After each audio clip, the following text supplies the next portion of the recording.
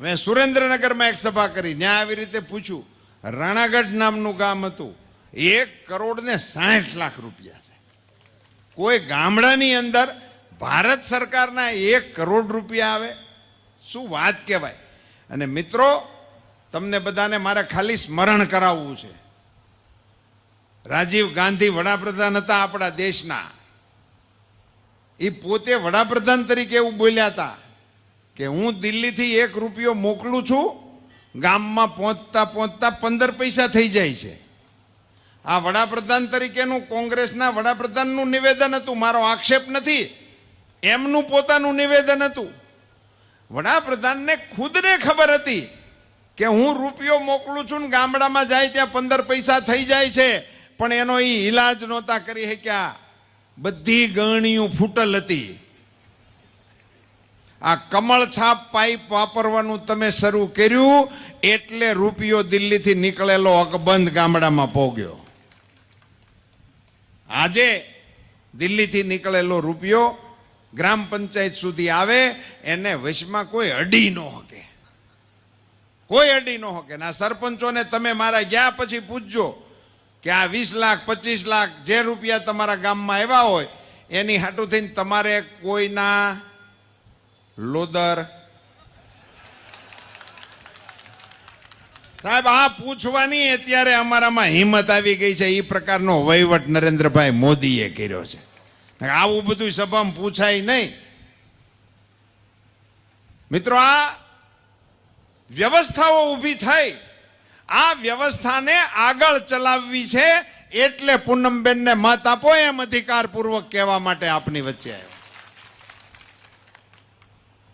તમે કાલે મને એક મેસેજ આવ્યો મારા મોબાઈલમાં કે અમને 2,000 રૂપિયાનો બીજો હપ્તો મળી ગયો. 2,000 રૂપિયા ખેડૂતોના ખાતામાં આવ્યા છે. આમાંય મંડી આંગળીઓ ઊંચી થવા ખમા. આ બધું આ એવો વ્યવહાર છે સાહેબ કે આપી દીધેલા છે, અને એમાં વચ્ચે કોઈ છે જ નહીં. નરેન્દ્રભાઈ થી સીધા નાનજીભાઈ, કોઈ દલાલ નહીં. બીજો હપ્તો આવ્યો સાહેબ. આ 2,000 રૂપિયાનો હપ્તો આવ્યો ને હવે 4,000 મળ્યા. એ રકમ અંગે પછી વાત કરું, પણ એ રકમ આવી કેવી રીતે એ આપણે સૌ ગામડાના માણસોએ સમજવા જેવી ચીજ છે. રૂપિયા વધઘટ થાય, પણ એ આવે છે કેવી રીતે એ સમજો. નરેન્દ્રભાઈ આવા એક કાર્યક્રમમાં ઉત્તર પ્રદેશના મંચ ઉપર આવ્યા અને એનાઉન્સરે જાહેરાત કર્યું, મોદી સાહેબ કિસાન સન્માન નિધિ લોન્ચ કરે છે. મોદી સાહેબે એક ટેબ્લેટ હાથમાં લીધું, એક બટન દબાવ્યું, 1 મિનિટમાં 1 કરોડ ખેડૂતના ખાતામાં 2,000 ટ્રાન્સફર થયા. 1 મિનિટ, 1 મિનિટમાં 1 કરોડ એકાઉન્ટ એક્ટિવ થઈ ગયા, અને એમાં પૈસા વી ગયા 2,000 કરોડ રૂપિયા ભારત સરકારની તિજોરીમાંથી ખેડૂતોના ખાતામાં. હું આપ સૌને પૂછવા માંગુ છું મિત્રો, આપણે ગામડું એટલે શું? આપણું ગામડું એટલે સરપંચ, પંચાયત એ આપણી લોકસભા, અને ખેડૂત એ આપણી વસ્તી. એટલે આપણો દેશ એ આપણું ગામડું. ખેડૂત અને ગ્રામ પંચાયત બેયને ભારત સરકારની તિજોરી આરે સીધે સીધા જોડવાનું કામ નરેન્દ્રભાઈ મોદીએ કર્યું છે. મિત્રો, આઝાદી પછી આ પહેલી વહેલી વખત આ કામ આ પ્રકારનું થઈ રહ્યું છે. એને બ્રેક મારવા વાળા જે આવે ને એની ઉપર બ્રેક મારવાની વિનંતી કરવા આવ્યો છું. એને છે ને ભાઈ, તમારે તો અટાણ સુધી કંઈ કરવાનું હતું જ નહીં. આ 2,000 રૂપિયાનો પહેલો હપ્તો આવ્યો ને ત્યારે કોંગ્રેસના એક આગેવાને નિવેદન કર્યું હતું કે રકમ તમે ખેડૂતોના ખાતામાં નાખી તો સારું કર્યું, પણ રકમ બહુ મામૂલી નાખી. ભાઈ હું જ ત્યાં ટાણે હતો, મેં કહ્યું ભાઈ આ મામૂલી અમે નાખી, તમે 60 વર્ષ આ રાજ અકાડ્યું, તમે શ્રી સવાઈ લખાયું નથી, 1,000 રૂપિયો તમે નથી નાખ્યો, આ નાખ્યા એ અમે નાખ્યા, તો તમને હવે મામૂલી લાગે? 6,000 રૂપિયા સાહેબ ખેડૂતોને આપવાનો નિર્ણય નરેન્દ્રભાઈ કર્યો. એમાં 2 હેક્ટર જમીનની સીલિંગ રાખી હતી. 2 હેક્ટર નાના અને સીમાંત ખેડૂતો હોય એને આ ટેકો કરવો એવું નક્કી કર્યું હતું. તમારા આ બધા ગામડાના આગેવાનો મુળુભાઈ ને કરમૂર ને ભાઈ મેઘજીભાઈ એ બધાએ ભેગા થઈને અમને વાતો કરી કે આ 2 હેક્ટરનું તમે કર્યું છે એ તો ઠીક, પણ એમાં હવા 2 કોકને હોય તો એને ન મળે, 2.5 હોય તો ન મળે. હવે હવા 2, 2.5, પોણા 3, 2 એની વચ્ચે કંઈ બહુ ઝાઝો ફેર ન હોય. ઓલાનો શેઢો થોડોક જાડો હોય, 2 વાળાનો શેઢો પાતળો હોય, એથી ઝાઝો ફેર તો હોય નહીં, પણ એને મળે નહીં. આ રજૂઆત અમને વ્યાજબી લાગી. અમે નરેન્દ્રભાઈનું ધ્યાન દોર્યું. મિત્રો, આ ચૂંટણી ઢંઢેરામાં નરેન્દ્રભાઈએ કહ્યું છે કે આ 23મી આપણું આ પતે અને ફરીથી આપણી સરકાર બેહે એટલે આ 2 હેક્ટર વાળી આંટ કાઢી નાખવાની, 7-12માં હોય હંધાઈને દેવાના. આ વિષય પતી ગયો. આ પ્રકારની સરકારની કામ કરવાની જે સિસ્ટમ ઊભી થઈ છે મિત્રો, એને તમે ડિસ્ટર્બ કરવા માટેના પ્રયાસો કરો છો. તમે તો અત્યાર સુધી કંઈ કર્યું નહીં, પણ જેવી ખબર પડી કે 6,000 રૂપિયા નરેન્દ્ર મોદી ખેડૂતોના ખાતામાં નાખે છે, રાહુલભાઈને આ સમાચાર પહોંચ્યા કે આપણે 72,000 આપશું. જુવાન માટે આંસકો મરી ગયો. 6 ના સીધા 72. અમે એને કીધું કે આ ચૂંટણી છે, આમાં ખીજાવાય નહીં, આમાં વ્યવહારિક રીતે વાત કરો, સમજો, સમજાવવાની કોશિશ કરો, અમારી યોજનાને સમજો, એનાથી હારી મૂકવાની વાત કરો, એવું બધું કરાય, પણ આમાં આંસકા ન મરાય. તો કે નહીં 72,000. પણ નરેન્દ્રભાઈએ તો 6,000 આપવા માટેની ગાઈડલાઈન બનાવી છે કે ભાઈ રેવન્યુ રેકર્ડમાં જેનું નામ હોય અને જેને ખાતે જમીન હોય એને આપવાના છે. મારા ઓળખીતા હોય ને જમીન વગરના હોય નથી આપવાની, ભલે હું કૃષિ મંત્રી હોઉં. એ ચોખવટ છે. આ 72 કોને દેવાના? બહુ કાહેવો ત્યારે લાંબા ઢાળે ઉપાડ્યો, ગરીબ માં ગરીબ. ખાલી ગરીબ રાખે તો શું વાંધો? એમ નહીં, ગરીબ માં ગરીબ. એવી કોઈ સાણી આવે છે આવી પહાટો મારવાની કે ભાઈ ગરીબ માં ગરીબ ગોતે આમ દડદડ કરીને નોખા નીકળે, અને એ આપણે તો માની જાય કે હાલો એમ રાખો. એ બધાને નહીં દેવાના, એમાંથી 20% ગોતવાના. હવે તમને સમજાવો એ થાય કેવી રીતે? ગરીબ માં ગરીબ એમાંથી 20% દેવાના. મારું તો ભેજું હાલતું બંધ થઈ ગયું કે આ કોઈ દેવા લેવા વાળી વાત લાગતી નથી, કારણ કે એ તારવવું જ અઘરું છે. મને એમ કે BPL વાળાને લાગુ પાડશે, એવું કંઈક કરશે એમ. ત્યાં તો સામેથી જ વિરોધ ગયો ન્યા કે BPL વાળું તો હવે ઘણું થયું, ખમૈયા કરો, નામ BPL-માં છે ને ટ્રેક્ટર લઈને ફરે છે. યાર તમારા સમાચાર કોણ જાણે કોણ ત્યાં પોગાડી જ દે છે. એટલે એ હાલે એવું નહોતું. તો મને તો કોઈ રીતે મેળ નહોતો ખૂટતો, પણ એના એક આગેવાન આપણે ટીવી ઉપર રાત્રે ડિબેટમાં સમજાવતા હતા કે 12,000 રૂપિયા કરતાં જેની આવક ઓછી હશે એમાં જેટલા ઘટતા હશે એટલા ભારત સરકાર આપશે. એટલે 12,000 કરતાં ઓછી આવક હોય એને કાંઈ લેવા દેવાનું નથી. એટલે અમારી સામે બેઠા છે એને લગભગ આમાં નાવા નીચોવાનું છે નહીં. હવે હું ગોતણે સીડ્યો કે આનીથી 12,000થી નીચાવાળા હશે કોણ? એટલે મને ઓલા યાદ આવ્યા, આપણા મનરેગાવાળા. એને 300 રૂપિયામાં આપણે કામે રાખી છીએ, 300 રૂપિયા એને મળે. તો એ 300 રૂપિયા લેખે એના 10,000 થાય. એટલે 12,000માંથી 10,000 બાદ કરવાના અને 2,000 દેવાના. કહેવાના 72,000, દેવાના બોલો. એવી ચીગમ ફટકારી, નો ગળા હેઠી ઉતરે નો થૂકાય. એ રીતે મત લેવાના તમારે. આવીને આવી યોજનાઓ લઈને મત લેવા નીકળેલી આ કોંગ્રેસ પાર્ટી. મિત્રો, મારે તો તમને ખાલી 1-2 વાત જ કહેવાનો આજે મારી પાસે ટાઈમ હતો, પણ મારે કોંગ્રેસ સામેની જે ફરિયાદ છે ને મિત્રો, એ ફરિયાદ કરવા માટે જ હું અહીં ખંભાળી આવ્યો છું. આ જે 72,000 વાળો એજન્ડા છે ને એની હેઠે એણે એક બીજો એજન્ડા નાખ્યો છે. એની ચર્ચા કોંગ્રેસના નેતાઓ કરતા નથી, એટલે મારે કરવી પડે છે.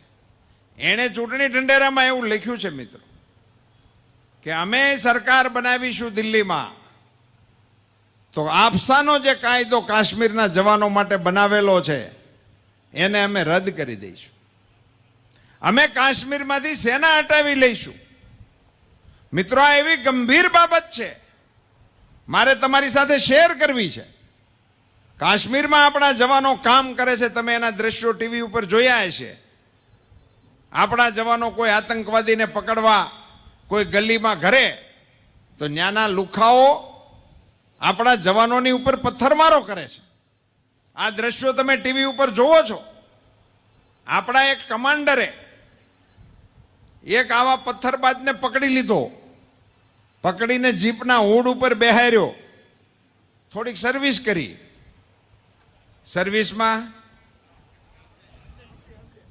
સર્વિસ કરી એમાં રેડી છે ને ચૂંટણી નિશાબે, હા કરવી જોઈએ, હા તો વાંધો નહીં. બધી મત એક હરખો જ છે કે પાણા મારે ફોજના જવાનોને તેને તો ધમારવા જ જોઈએ. પણ એ સમાચાર ટીવીમાં સોશિયલ મીડિયામાં આવ્યા અને દિલ્હી કોંગ્રેસના એક નેતાએ નિવેદન કર્યું. એ નિવેદન તમને યાદ કરાવવા માટે મેં ધક્કો ખાધો છે. એણે એવું કહ્યું કે ભારતની સેનાના કમાન્ડરો કાશ્મીરમાં ગુંડાગર્દી કરે છે. સેનાના જવાનો માટે ગુંડાગર્દી શબ્દ વાપરી શકાય? સેનાના જવાનો માટે ગુંડા શબ્દનો પ્રયોગ કરનારી કોંગ્રેસને સજા કરવી જોઈએ કે નહીં? તમે ધાર્યું છે શું? સેનાના કમાન્ડરોને ગુંડા કહો? ન્યા આપણી સેનાના જવાનોને પાણા મારે તો એને હું બકા ભરાય? એને મારવા જ પડે. અને એ જે કરતા હોય એને એની અંદર તમે હવે કાયદો લાવવા માંગો છો? તમારી સરકાર આવે તો આ મિત્રો એનો હિડન એજન્ડા જે છે, એજન્ડાની અંદર હવે મારો પ્રશ્ન છે એને થોડોક સમજજો. મેં તમને આગલો દાખલો એટલા માટે જ આપ્યો હતો કે અમે આ 2 હેક્ટરની આંટ કાઢવાનું એજન્ડામાં કેમ નાખ્યું? અમને આ આગેવાનોએ રજૂઆત કરી હતી એટલે નાખ્યું. તમે એને કહેવાય છે, એણે અમને કીધું એટલે અમે એજન્ડામાં નાખ્યું. હું કોંગ્રેસના નેતાઓને પૂછવા માંગુ છું કે આ આપસાનો કાયદો કાઢી નાખવા માટેની માગણી તમારી પાસે કોણે કરી? કોણે માગણી કરી? કોંગ્રેસે આ દેશને જણાવવું પડે. કોંગ્રેસના નેતાઓએ આની ચોખવટ કરવી પડે કે અમે એજન્ડામાં આ લોકોના કહેવાથી નાખ્યું છે. હું સાહેબ આ પ્રચાર શરૂ થયો તેદુનો મુળુભાઈ આ પ્રશ્ન જાહેરમાં ઉઠાવું છું. હજી સુધી કોઈ માયના લાલે આનો જવાબ નથી આપ્યો. શેના માટે ભાઈ તમે આ દેશમાં મત માંગ્યા ફર્યા રાખો છો? તમે આ કરવા શું માંગો છો? મિત્રો, એનો એક નેતા પેલા અમેરિકાથી બોલ્યો હતો અને કાલ અમદાવાદમાં આવીને પાછું બોલ્યો કે આ સર્જિકલ સ્ટ્રાઇક, આ એર સ્ટ્રાઇક એના પુરાવા માગવાનો મને હક છે ને પુરાવા આપવા જોઈએ. મિત્રો, આપણને ખબર નથી સર્જિકલ સ્ટ્રાઇક એટલે શું. આપણે ઉપરથી મોટું વાંચતા હોય અને આપણને આ થઈ હવે એટલે ચર્ચામાં આવ્યું ને કે આપણને ક્યાં ખબર હતી કે આ સર્જિકલ સ્ટ્રાઇક થાય છે. સર્જિકલ સ્ટ્રાઇક એટલે એવી વસ્તુ છે મિત્રો, એ અંધારામાં કોઈ ખાનગીમાં કોકને જઈને મારીને વી આવે એનું નામ સર્જિકલ સ્ટ્રાઇક નથી.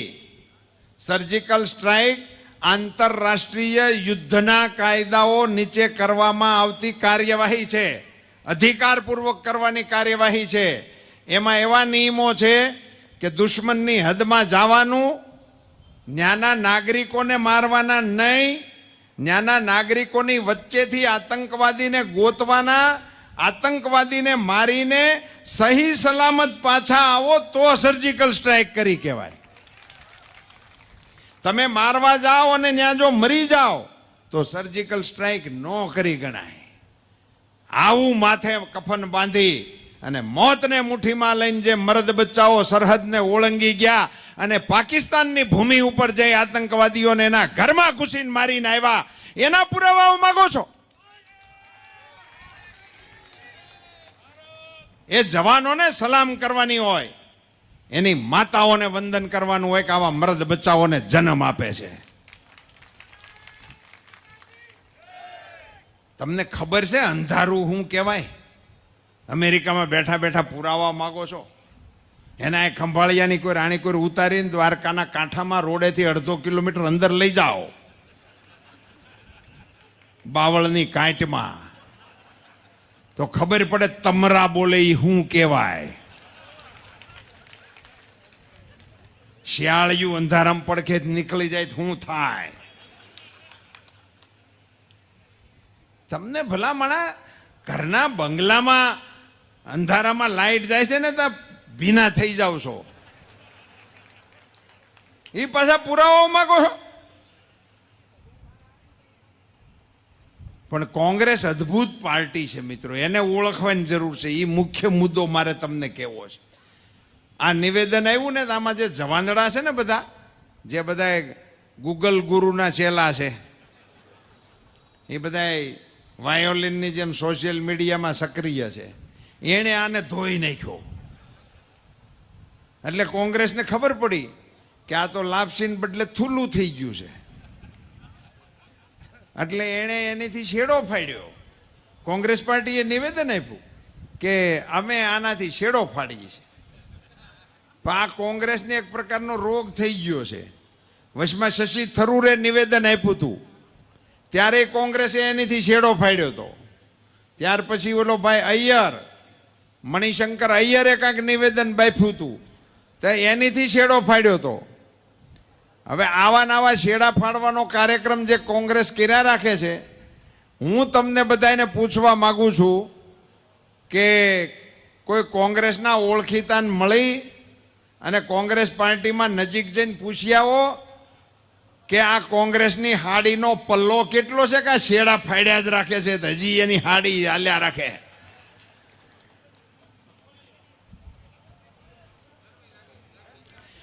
તો આપણને ખબર પડે.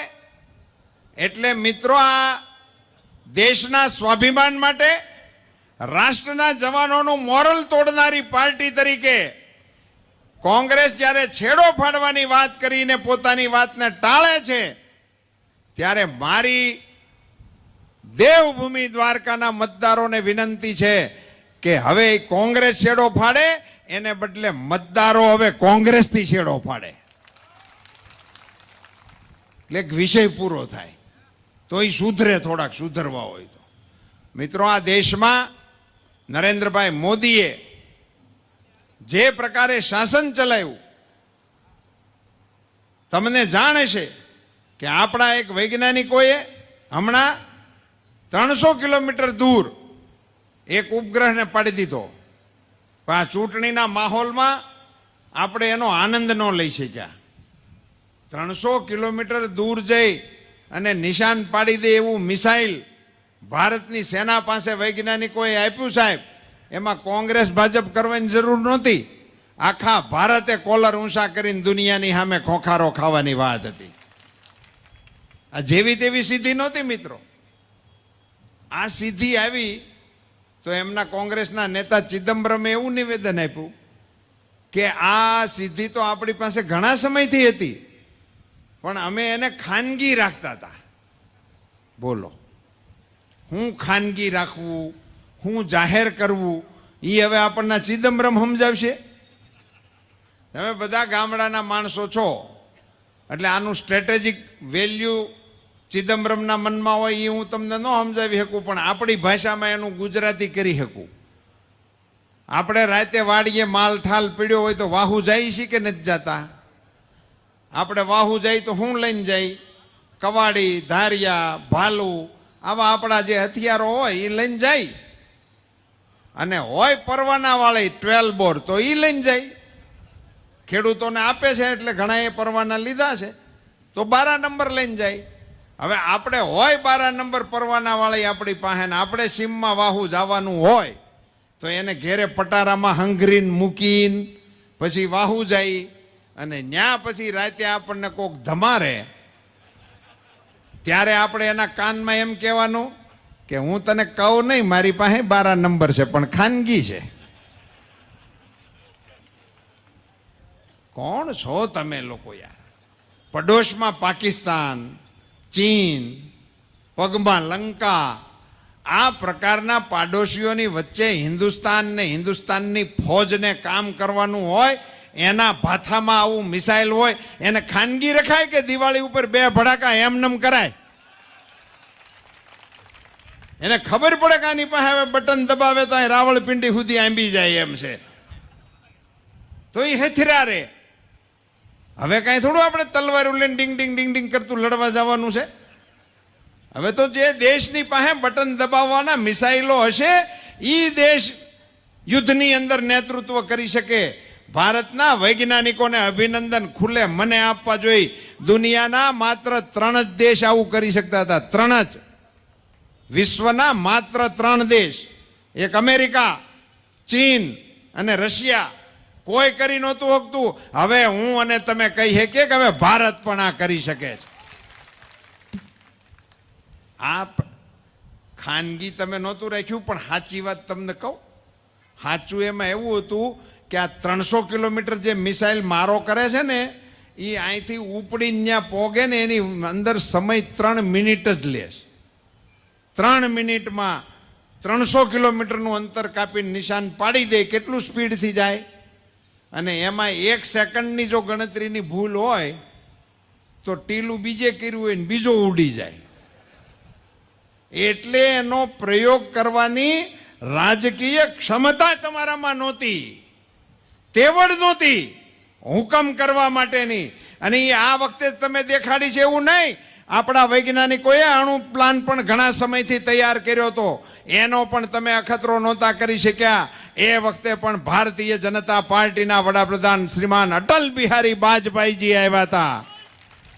એમણે તેથી પોખરણની અંદર અણુને બ્લાસ્ટ કરવા માટેનો હુકમ કર્યો હતો અને દુનિયાની મહાસત્તાઓએ આપણી ઉપર પ્રતિબંધ મૂક્યા હતા. તેમ છતાં એનું નામ અટલ હતું, એ અટલ ઝૂક્યા નહોતા. એના વારસદાર નરેન્દ્ર મોદી આ બટન દબાવવાનો હુકમ કરી શકે, તમારી તેવડ નથી. અને મારી દેશી ભાષામાં કહું તો છાણ નથી. હવે રેડી સમજાઈ ગયું. હવે આટલી ચોખવટવાળી વાતો જ્યારે તમારી વચ્ચે હોય ત્યારે બીજું કંઈ વિચારાય નહીં મિત્રો. અને સરહદવાળી વાત છે એ ચોખવટપૂર્વક ગોઠવાઈ ગઈ છે.